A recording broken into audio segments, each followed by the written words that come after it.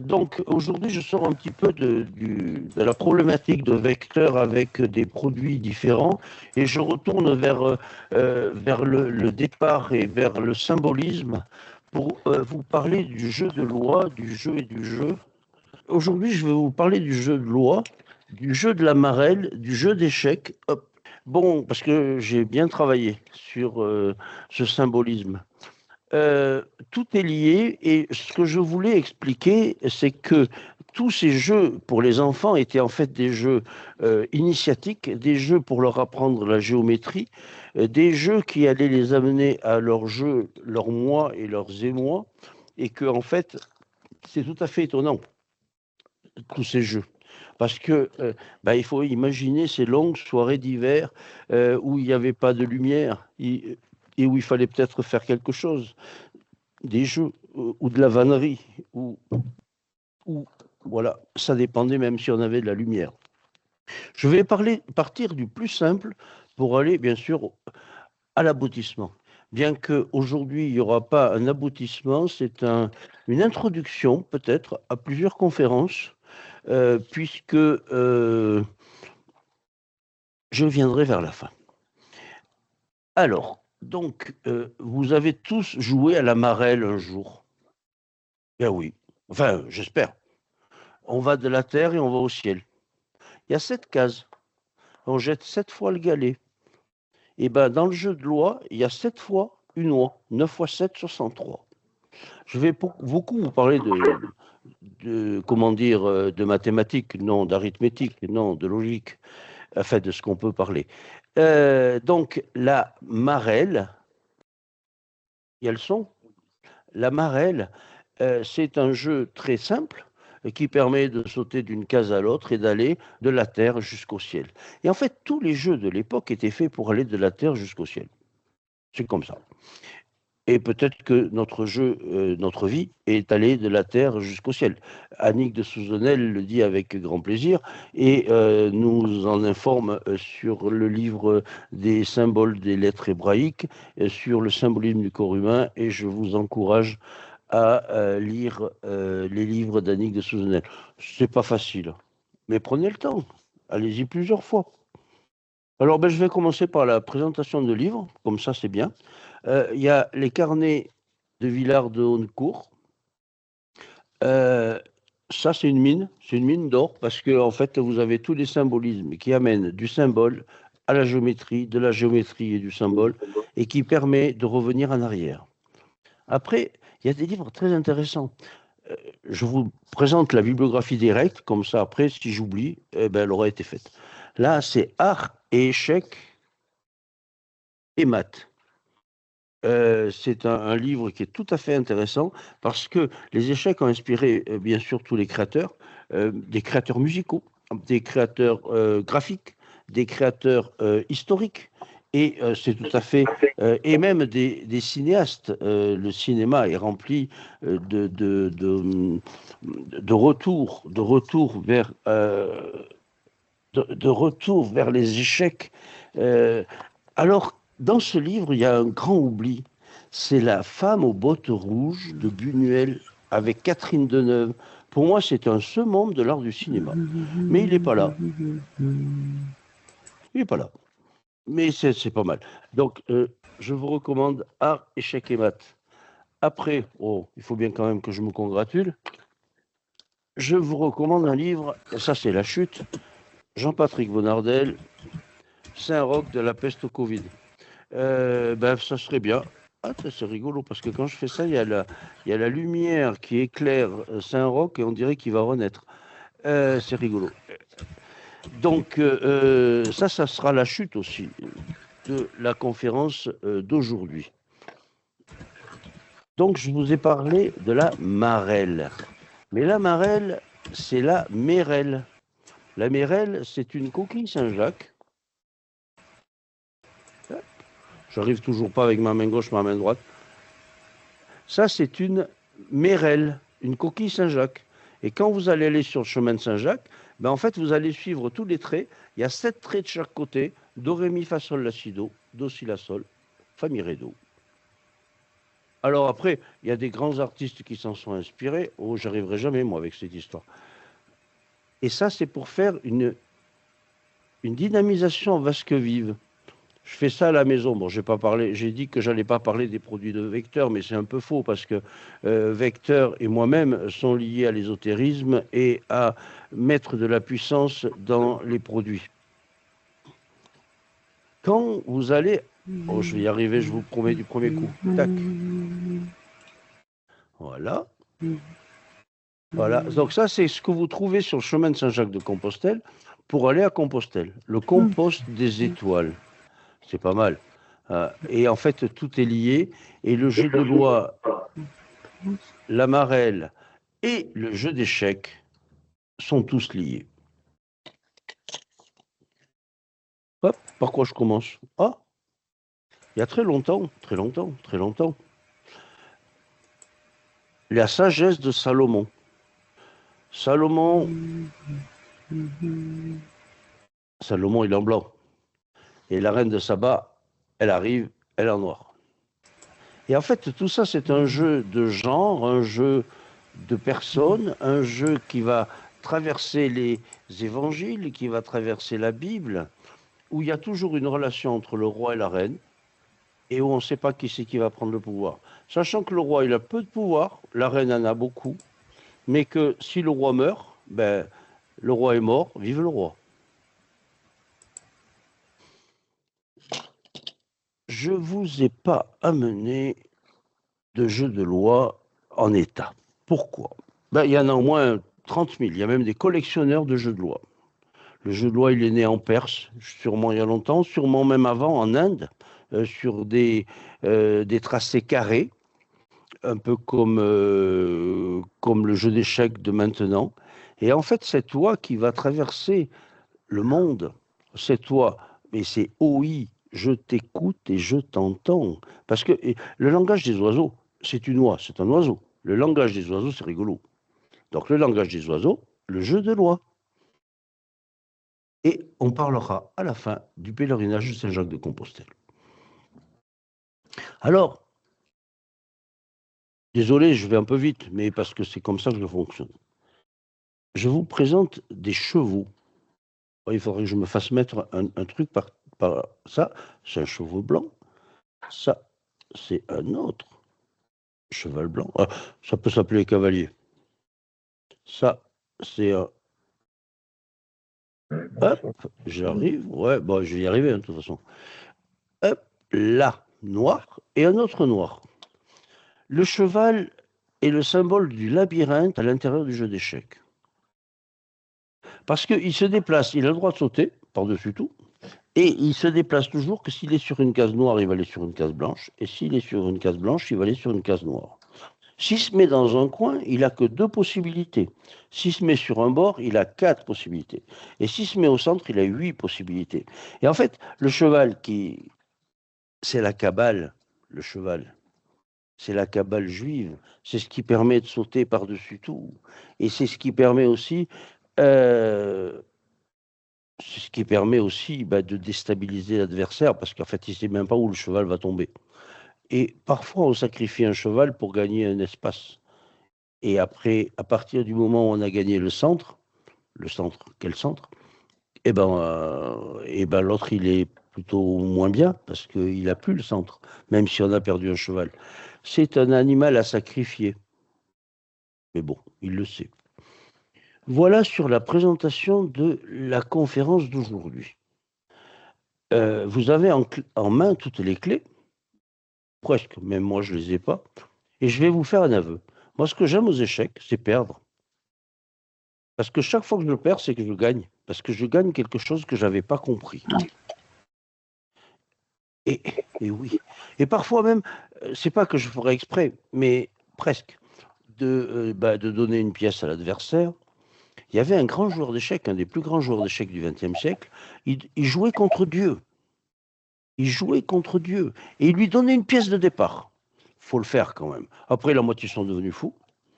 Mais parce qu'en fait, c'est des jeux qui vont tellement loin dans la concentration et dans l'état du monde que il y a une possibilité en jouant aux échecs de trouver un échec. C'est pour ça que ça s'appelle un échec aussi.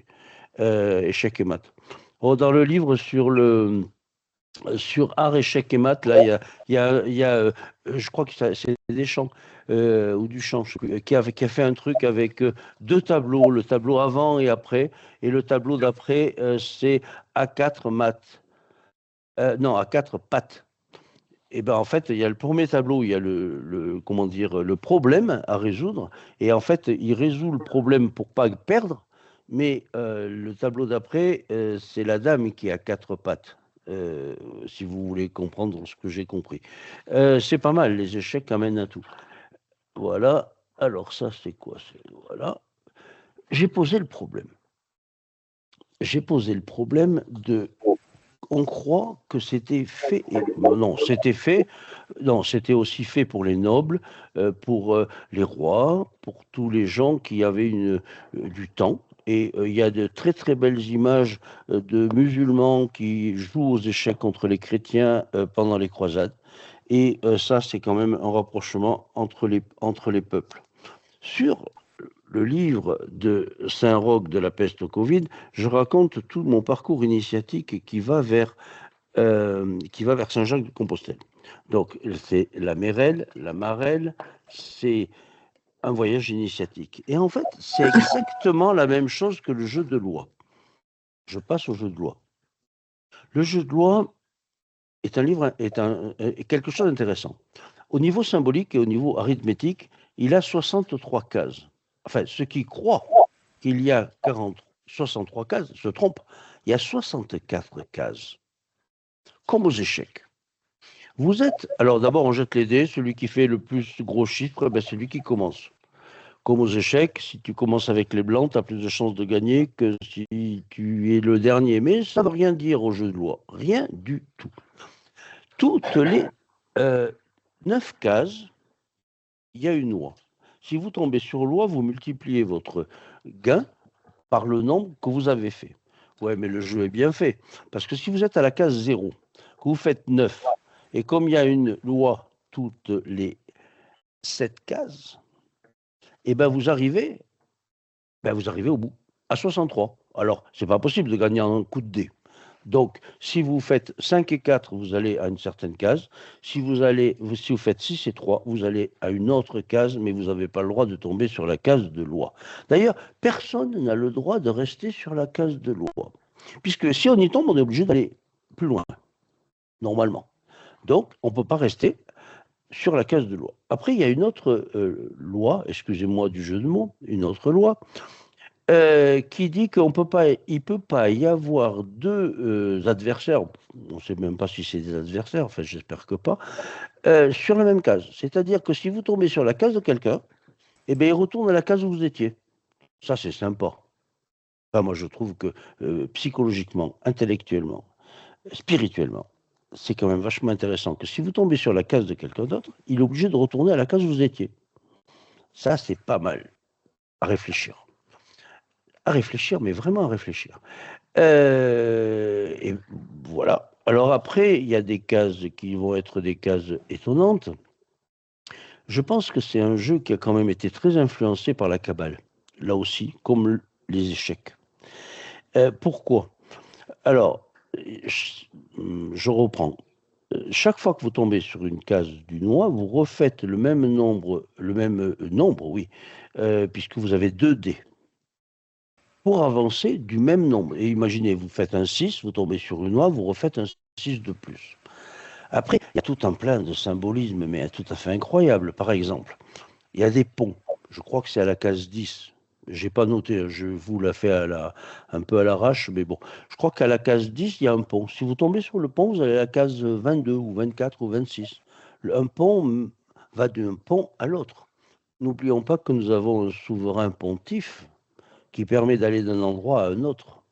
Après, tout est symbole. Les chiffres sont des symboles et en fait, les lettres hébraïques sont que des nombres et des chiffres. Donc, chaque fois que vous avez 63 cases, ça veut dire quand même quelque chose. Je vais vous la faire en raccourci parce que quand même, c'est assez sympa. Si vous tombez à l'hôtel, ben vous restez une nuit de plus, gratos. Vous sautez un tour. Ça, c'est bien, sauter un tour, je trouve que c'est pas mal à l'hôtel. Si vous tombez dans le puits, il va falloir que quelqu'un vienne vous remplacer dans le puits. C'est pas mal. Et puis alors, et puis voilà, et puis on ne sait pas. Voilà. Mais on change de place. Si vous tombez à la prison, alors avant, tu restais en prison longtemps, et maintenant, si tu fais un double, tu ressors. C'est une évolution, parce que maintenant, la prison n'existe plus. En fait, c'est une grosse connerie, la prison. C'est plus adapté à notre monde moderne. Il vaudrait mieux retourner sur l'ostracisme. C'est-à-dire que quand quelqu'un fait des bêtises, on l'exclut de la cité. Alors là, ça sera bien. Ça sera bien, parce que on ne le met pas en prison. Ça ne sert à rien. On le sépare de ses dealers. Et s'il est dealer à Marseille et qu'il va dealer à Paris, il ne va pas rester longtemps vivant sur le trottoir. Bon, alors il va falloir quand même modifier certaines lois et certaines prisons. Ça, c'est aussi bien. Et alors après, j'ai un peu travaillé quand même pour vous ce week-end. J'ai halluciné. J'ai halluciné des conneries qui se disent sur le jeu de loi. Pardon. Euh, Déjà, il y a une trentaine d'années, je voulais écrire un livre là-dessus. J'ai pas fait, j'ai pas le temps. Et grosse connerie, sur un site, excusez-moi messieurs, maçonnique, il disait que la mort était sur un nombre. Non, il faut que la mort, elle soit sur un chiffre 13. 8 et 5, 13. 58. La mort, elle est en 58, elle n'est pas ailleurs. Et l'autre, il disait 53, le pauvre maçon. Mon Dieu, je vous plains. Quoi dire de plus? Ah, vous avez 2 dés, puisque ça se joue avec 2 dés. On ne dira pas que des déambules, mais on peut. Comment faire pour aller sur la case 1, sachant qu'il y a 64 cases en vrai, le départ et l'arrivée? Avec 2 dés, le minimum que vous puissiez faire, c'est 2. Comment faire pour aller à la case 1? Eh bien, ça, il faut réfléchir. Hein. Peut-être que vous me répondrez avant un mois que je vous fasse une autre conférence. Non, je vais vous dire la réponse parce que vous n'allez pas y arriver.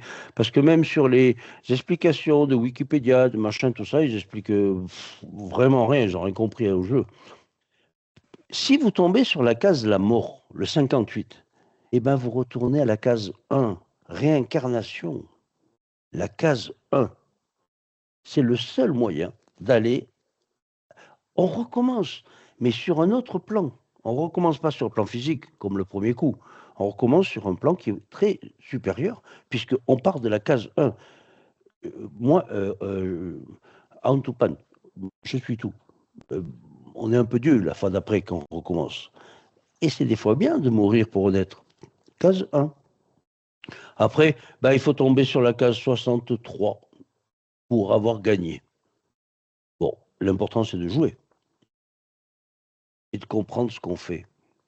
Après, ce qui est très très rigolo, parce que comme j'ai fait des petites recherches ce week-end, je suis tombé sur un jeu de loi pour payer personnes qui ont Alzheimer.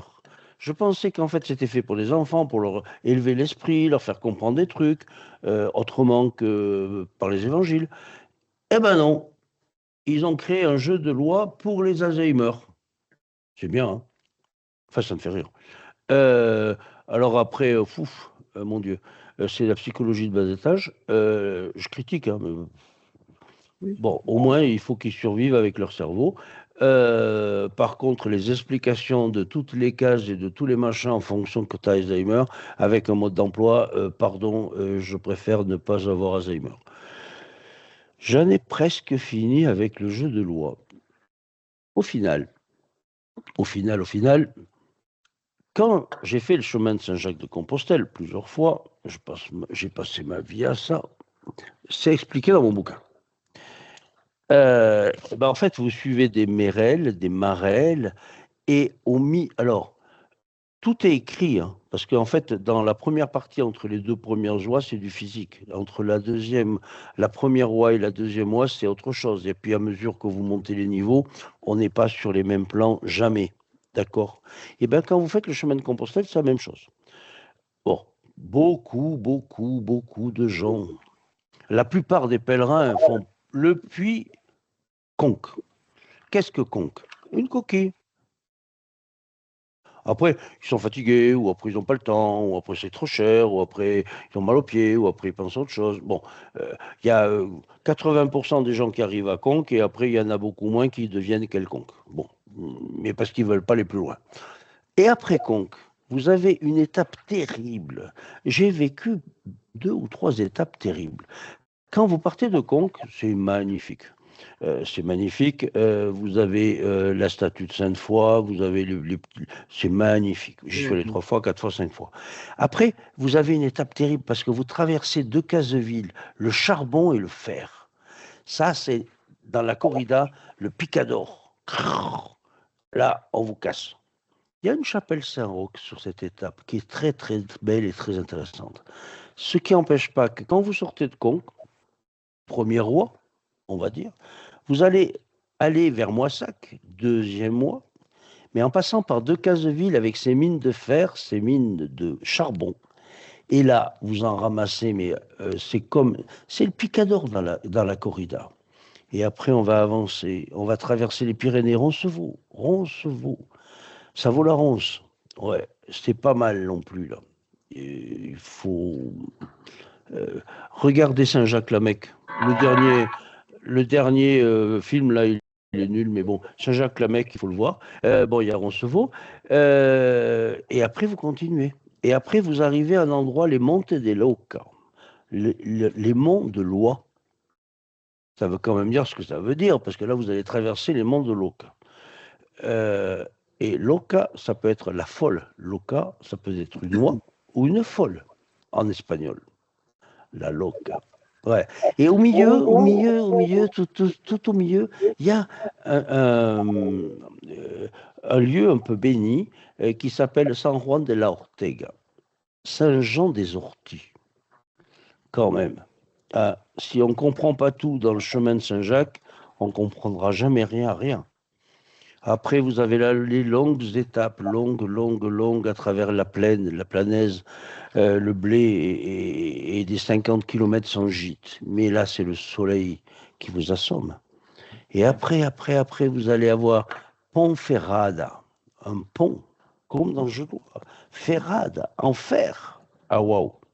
Avant, vous avez eu une petite étape rigolote à Molina Seca. C'est un moulin qui est sec. C'est ça. On peut transposer les 63 cases sur tout le chemin de Saint-Jacques. Et quand on croit qu'on est arrivé à Saint-Jacques-de-Compostelle, qu'on dit Montjoie, et qu'on arrive à Saint-Jacques et que quand même c'est un peu le jardin du temple, parce que le vrai site, il n'est pas là. Le vrai site, il est un tout petit peu plus loin, sur Pico Sacro. Et après, le site, il est encore plus loin. Il faut aller jusqu'à la mer chercher des coquilles Saint-Jacques. Mais Saint-Jacques, c'est un but illusoire. Mais c'est un but qui existe, mais qu'il ne faut pas s'arrêter à ce but-là. Enfin, c'est mon point de vue. J'ai déjà beaucoup parlé. Je vous remercie de votre écoute. Et maintenant, je vais en arriver aux échecs. Alors, sur les échecs, il y a tout à dire. C'est un jeu qui rend fou, hein. Et, et là, je ne vais pas en parler aujourd'hui, un peu si quand même. Les échecs, c'est 8 par 8, 64. Il faut savoir qu'en ésotérisme, on peut toujours rajouter un chiffre ou un autre. Ça veut dire que 64, ça peut vouloir dire 63 ou 65. Je vous donne un exemple. Il y avait chez les Hébreux, la, l'arithmologie fait 26. Si vous enlevez un, vous avez 25, 5 puissance 2. Si vous rajoutez 1, vous avez 27, 3 puissance 3. Tout est rythme, tout est nombre. Il faut le comprendre. Il faut le comprendre. Donc, dans les échecs, alors, le jeu de loi, il est construit sous une spirale. On pourrait, et je vous le développerai peut-être la fois prochaine, réfléchir sur les labyrinthes. Donc, je vais prendre un blanc et un noir parce que c'est beaucoup mieux pour le yin et le yang. En fait, c'est une spirale qui va du point 0 au point 63, en repassant par la case 1 si des fois on tombe sur la mort. Et ça, c'est la Kabbale. Mais c'est en spirale. C'est pour désorienter les gens. C'est pour qu'on perde le nord. Par contre, aux échecs, qui est un jeu asymétrique, on ne perd pas le nord. La case blanche est toujours à droite. Ceux qui ont les blancs ont le A et le 1. Ceux qui ont le noir, ils ont le A et le 8. Enfin, puis c'est orthonormé. avec une seule, comment dire, variable qui pourrait faire croire que ça devient un labyrinthe. Et c'est les chevaux et c'est la cabale qui sont les rois du jeu d'échecs. Voilà, j'ai terminé ma diatribe. Je suis content d'avoir travaillé. Tiens, je vais les mettre tête bêche. On ne sait jamais. C'est pas mal, tête bêche. Je vous dis à la semaine prochaine. Non, au mois prochain, parce que c'est quand même du boulot. Ah, pardon, deux choses. N'oubliez pas d'acheter mon bouquin. Ça, c'est pas mal. Deuxième chose, sur des groupes inscrits, je peux faire une visite ésotérique de la ville du Puy. Et troisième chose, je suis un peu rare, mais pas trop cher. Le 14, 15 et 16 août, je transmets un peu mes savoirs ésotériques sous la forme de l'Ormus. Euh, de quoi? Des isothérapiques, voilà, et les salles de Schussler. Merci à tous et désolé pour le retard parce qu'avec la neige et tout, j'ai pas vu passer le temps. Merci. Des questions?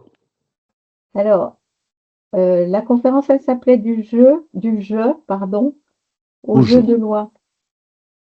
Non, Alors, le du jeu de jeu. loi, tu l'as bien développé, mais comment tu passes du jeu au jeu? Ou pourquoi ce titre, en fait? Ah, alors non, c'était pas du jeu au jeu de loi. Le sous-titrage, c'était Non, c'était du jeu la au jeu, marelle, pardon. le jeu de loi et les échecs. Alors, ben, comment je passe? Ben, c'est qu'en fait, c'était fait pour former des enfants, des mathématiciens, des rois, des dieux, des gens, et qu'ils allaient passer. On leur fait croire qu'ils jouent, mais d'ailleurs, comme ça se passe toujours en ce moment, on te fait croire que tu joues, mais tu joues pas, tu subis. Mais par contre, tu apprends. Et quand je disais que j'aimais bien perdre aux échecs, c'est parce que j'apprends. Et on ne gagne que par ces échecs. Et on ne joue au jeu de loi que si au final, après une vie entière à passer à rechercher, on trouve des choses euh, profondes qui vont faire évoluer chaque personne, et parce que chaque personne qui évolue va faire avancer l'humanité. En fait, c'est un peu ce que je pense. Parce que d'abord, il faut se changer soi-même, et après, on change les autres. Mais c'est du jeu au jeu. Et les grands joueurs d'échecs, Spassky, bon, de toute l'époque, et puis quand on a vu arriver l'informatique, tous les grands joueurs d'échecs, ils étaient des génies, mais moitié fous. En fait, ils étaient plus dans ce monde, parce qu'il y a plusieurs mondes qui se superposent. Donc c'est du jeu, le jeu qu'on apprend aux enfants, au jeu ce qu'on est soi-même, le moi éventuellement, pour Freud et Jung. Euh, mais euh, Mais la chute, c'est quand même que j'ai trouvé un jeu de loi qui était fait pour les Alzheimer, alors que moi je pensais que c'était fait pour les petits-enfants. Bah, on tombe tous en enfant, ça. Mais je suis content d'avoir fait cette conférence. Euh, Peut-être que la fois prochaine, je sais pas encore. Je sais pas du tout où ça va m'amener. Un petit peu comme quand j'ai fait le tableau de Mendeleïev ou quand j'ai parlé de toute l'incompréhension que les personnes pouvaient avoir sur le quantique. Euh, Peut-être que ce jeu va m'amener vers moi-même. Merci pour la question. Bon, eh ben, écoutez. Ben, j'espère. Je vais retourner aux choses pratiques, les emmerdements d'un laboratoire normal. Bon, euh, au mois prochain.